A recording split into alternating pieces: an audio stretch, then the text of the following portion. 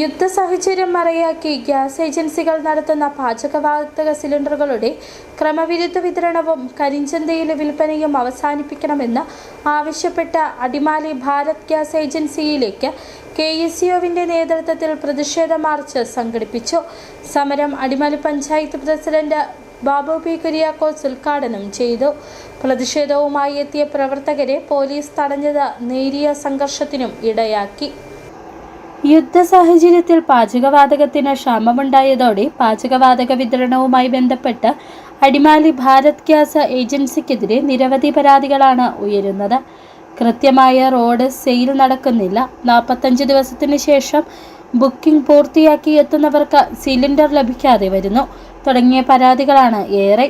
യുദ്ധ സാഹചര്യം മറയാക്കി gas agency കരിഞ്ചന്തയിൽ പാചകവാതക സിലിണ്ടർ വിൽപ്പന നടത്തുന്നുവെന്നും ഇതിൽ പരാതിപ്പെട്ടിട്ടും നടപടി ഇല്ലെന്നാരോപിച്ചുമായിരുന്നു KSU അടിമാലി മണ്ഡലം കമ്മിറ്റിയുടെ നേതൃത്വത്തിൽ ഭാരത് ഗ്യാസ് ഏജൻസിയിലേക്ക് പ്രതിഷേധ മാർച്ചും ധർണയും സംഘടിപ്പിച്ചത്.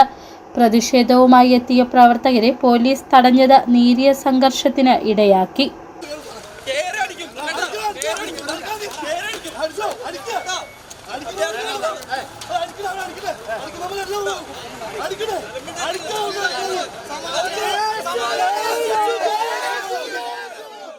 ധർണാ സമരം അടിമാലി പഞ്ചായത്ത് പ്രസിഡന്റ് ബാബു പി കുര്യാക്കോസ് ഉദ്ഘാടനം ചെയ്തു. സംബന്ധിച്ച് രാഷ്ട്രീയമായി കാണേണ്ട ആവശ്യമില്ല. പാവപ്പെട്ട അമ്മമാരുടെ പ്രശ്നമാണത്. വീട്ടില് കഞ്ഞി വയ്ക്കാൻ നിവൃത്തിയില്ലാത്ത അവസ്ഥയിലേക്ക് കാര്യങ്ങൾ നീങ്ങിക്കൊണ്ടിരിക്കുക.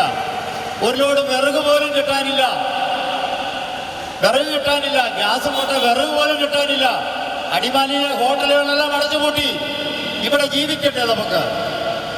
ഇവിടുത്തെ മറ്റ് സ്ഥലങ്ങളിൽ നിന്ന് വരുന്ന ഉച്ചയ്ക്ക് വരുമ്പോൾ ഇവിടെ ആഹാരം കൊടുക്കുന്നതിന് വേണ്ടിയിട്ട് ഹോട്ടലുകളിൽ ഗ്യാസ് വേണ്ടേ, അല്ലെങ്കിൽ വിറക് വേണ്ടേ?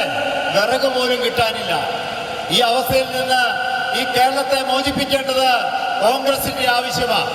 KSU അടിമാലി മണ്ഡലം പ്രസിഡന്റ് അമൽ മനോജ് അധ്യക്ഷത വഹിച്ച യോഗത്തിൽ യൂത്ത് കോൺഗ്രസ് നിയോജക മണ്ഡലം president Anil Kanakan, Congress block secretary KM Nishad, KSU ജില്ലാ general secretary Nikhil Chopra, youth Congress മുൻ മണ്ഡലം പ്രസിഡന്റ് അജയ് MS തുടങ്ങി നിരവധി പ്രവർത്തകർ പങ്കെടുത്തു. വരും ദിവസങ്ങളിൽ കൃത്യമായ വിതരണമുണ്ടായില്ലെങ്കിൽ സമരം ശക്തമാക്കുമെന്ന് നേതാക്കൾ പറഞ്ഞു. City vision Adimali.